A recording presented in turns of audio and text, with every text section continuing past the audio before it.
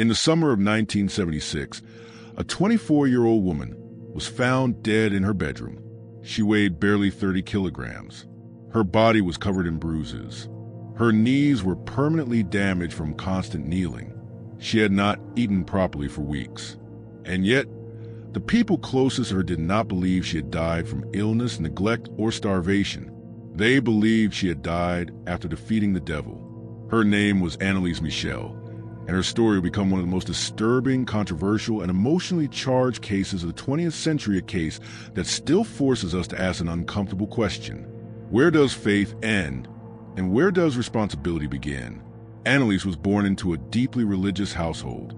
From early childhood, her life revolved around prayer, confession, and religious discipline. Faith was not simply a belief system in her family, it was a structured daily life, the explanation for suffering, and the lens through which the world was understood. She was a quiet, intelligent child. She loved school. She played music. She wanted to become a teacher.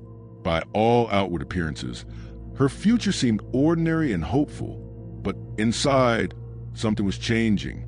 In her teenage years, Anneliese began experiencing violent seizures. She would collapse, convulse, and sometimes lose consciousness. During these episodes, she bit her tongue until it bled. She later described feeling crushed by an invisible weight, unable to move or breathe. At night, she suffered from paralysis and terrifying hallucinations. Doctors examined her. Tests were run. Eventually, she was diagnosed with epilepsy and prescribed medication. From a medical perspective, this should have been the beginning of treatment. From Anneliese's perspective, it was the beginning of something else entirely. Despite medication, her condition did not improve in a way her family could accept. The seizures continued. Her mental state deteriorated. She became depressed, withdrawn, and increasingly obsessed with religious imagery. She began to believe she was not ill, she was chosen. Anneliese became convinced that her suffering had a purpose, that her pain was not random, but a form of atonement. She believed she was meant to suffer on behalf of others, to bear the punishment for sins committed by the world. And slowly, the idea took hold that what she was experiencing was not epilepsy or psychosis. It was possession. She claimed she could no longer pray. She said religious symbols burned her skin. She reported hearing voices that mocked her, threatened her, and condemned her to eternal damnation. During episodes, her personality shifted dramatically. She screamed in unfamiliar voices. She spoke with hatred towards sacred objects. She named figures she claimed were speaking through her. Her family watched in horror. They turned to priests. At first, the church refused to perform an exorcism. They insisted she continue medical treatment.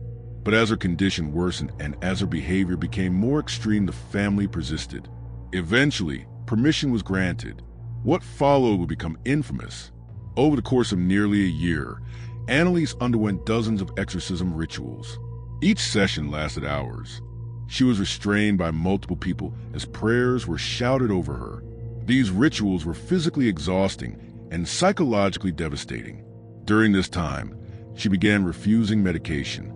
She also stopped eating, not because she couldn't, but because she believed she shouldn't. She believed that starving herself was part of her sacrifice. Her body weakened rapidly. She could barely stand. Her bones protruded sharply beneath her skin.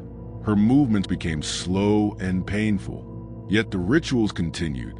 Those involved later said they believed stopping would doom her soul.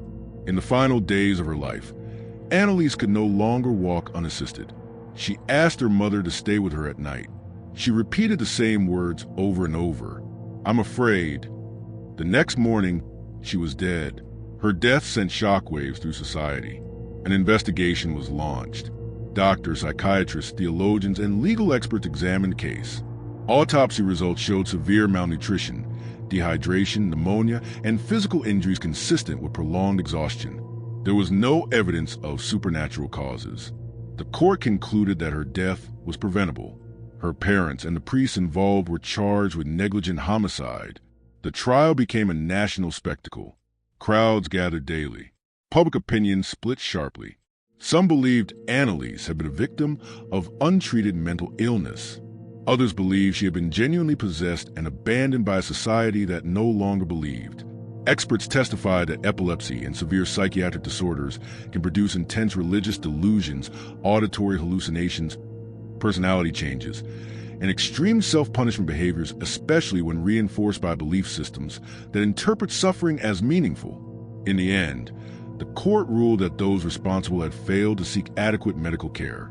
Sentences were handed down, but the verdict did not bring closure. Decades later, the case still divides opinion. To some, Anneliese Michel is a tragic symbol of what happens when faith replaces medicine.